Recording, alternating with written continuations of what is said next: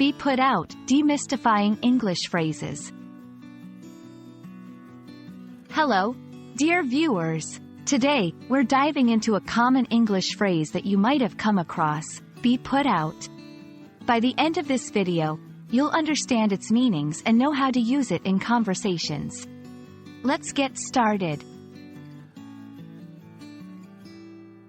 When we think about the words put and out separately, we might think about placing something outside.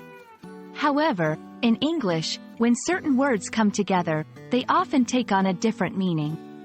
Be put out can literally mean extinguishing something, like a fire or a candle. Example, after the birthday song, the candles on the cake were put out.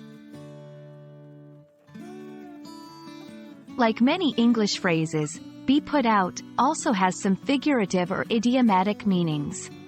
Let's explore them. 1. Feeling inconvenienced or annoyed. This is when someone feels bothered or inconvenienced by a situation or request. Example, I hope you're not put out by my asking you to move your car. 2. Being displaced or moved. In some contexts, it can mean being removed or displaced from a particular place or position. Example, the old furniture was put out on the curb for pickup.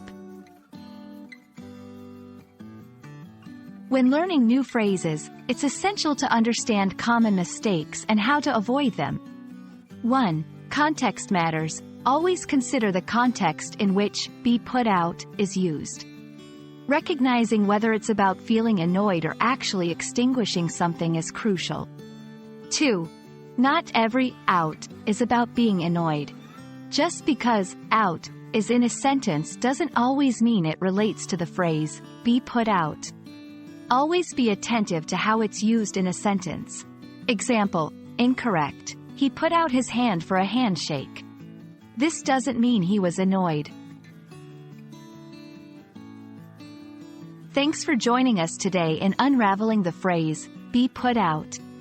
English can indeed have tricky phrases, but with patience and practice, you'll master them all.